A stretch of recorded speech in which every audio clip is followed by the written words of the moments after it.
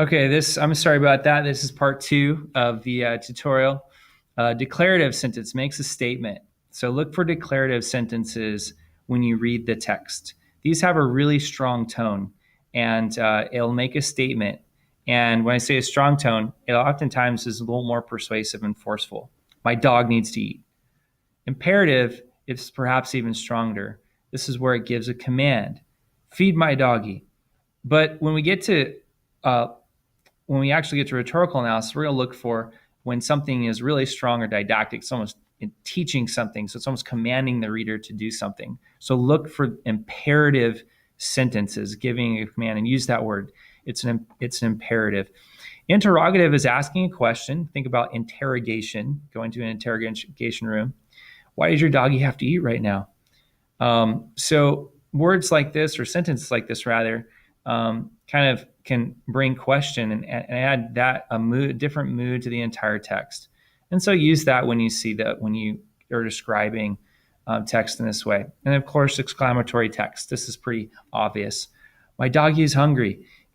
So making an exclamation, and that really gives us a clear idea, or a clearer idea about the tone of the text and the moods that it's creating for the audience. Sentences follow different orders. So, for example, the subject can come before the predicate. So, for example, Mercedians grow in Merced. This is a pretty simple, natural order sentence. Okay, Mercedians grow. They're actually doing the acting.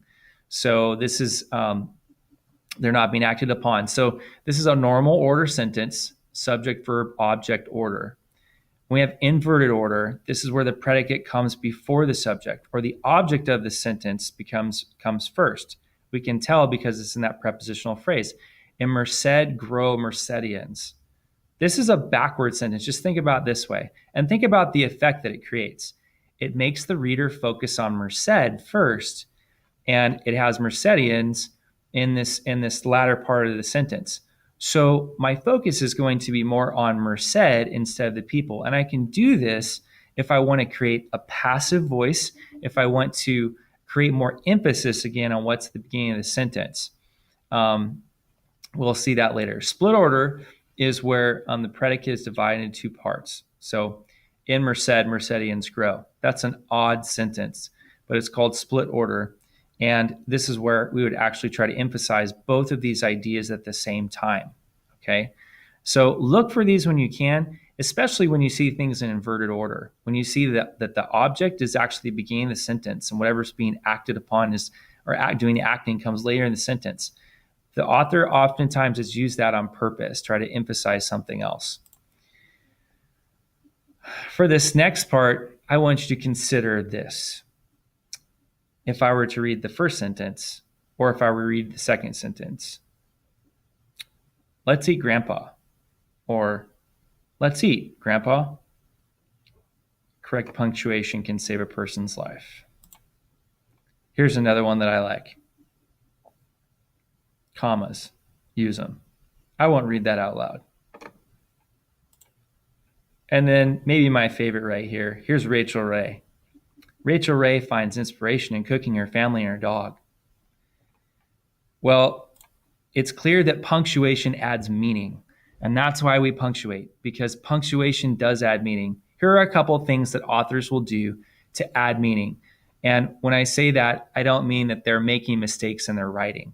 So don't misunderstand me. We're not talking about when authors make mistakes. There's typos in the text. What we're looking for is things that the author has specifically added for effect. An ellipse is a trailing off, okay, going off into a dreamlike state. It can also mean equally. But when you see this in the text right here, this little ellipse, you should really make note of it. That's an important part of the syntax. A dash is an interruption of a thought. Okay, it's an interjection of a thought into another. And so that can kind of add more detail, but it can also create a sentence that's more reflective oftentimes. It also can lead into another part of the writing, but it has meaning as well. The semicolon has parallel ideas. The equals are more ideas are more equal, or piling up of details. So author's trying to create lots of detail here. A colon, a list, italics are Really important. Italics for emphasis. I italicize the word emphasis, so it should actually be read like this: italics for emphasis. And when you see italicized words, make note of that. Capitalization for emphasis. He fed the dog.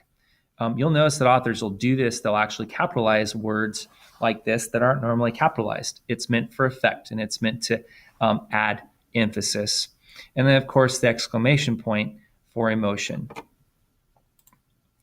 Syntactic shift. This is really important.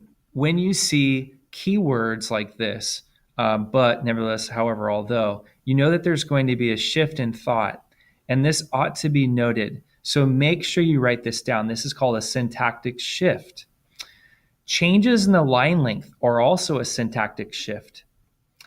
Paragraph divisions, something that we all do, create a syntactic shift because we're thinking about a new subject, or it forces the reader to think, okay, now something new is going to happen. Again, punctuation, dashes, periods, colons, those are all shifts in syntax. And sharp contrasts in word choice or diction can create a syntactic shift. So make note of this. You should find these quite readily in all the things that you read. So make note of syntactic shifts.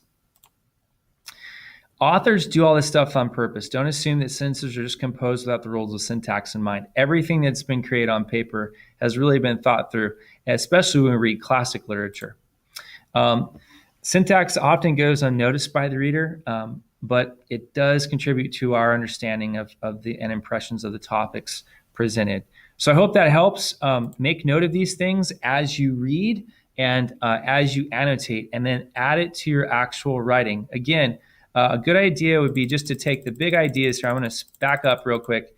Is just, again, big picture. Take a step back from the piece and take a look for patterns. What do you see? Describe those patterns. If you can, give names to those patterns. But if not, just describe what the author did and what you see in the text and how does that change the meaning. All right, good luck, English students, and look forward to working with you in class.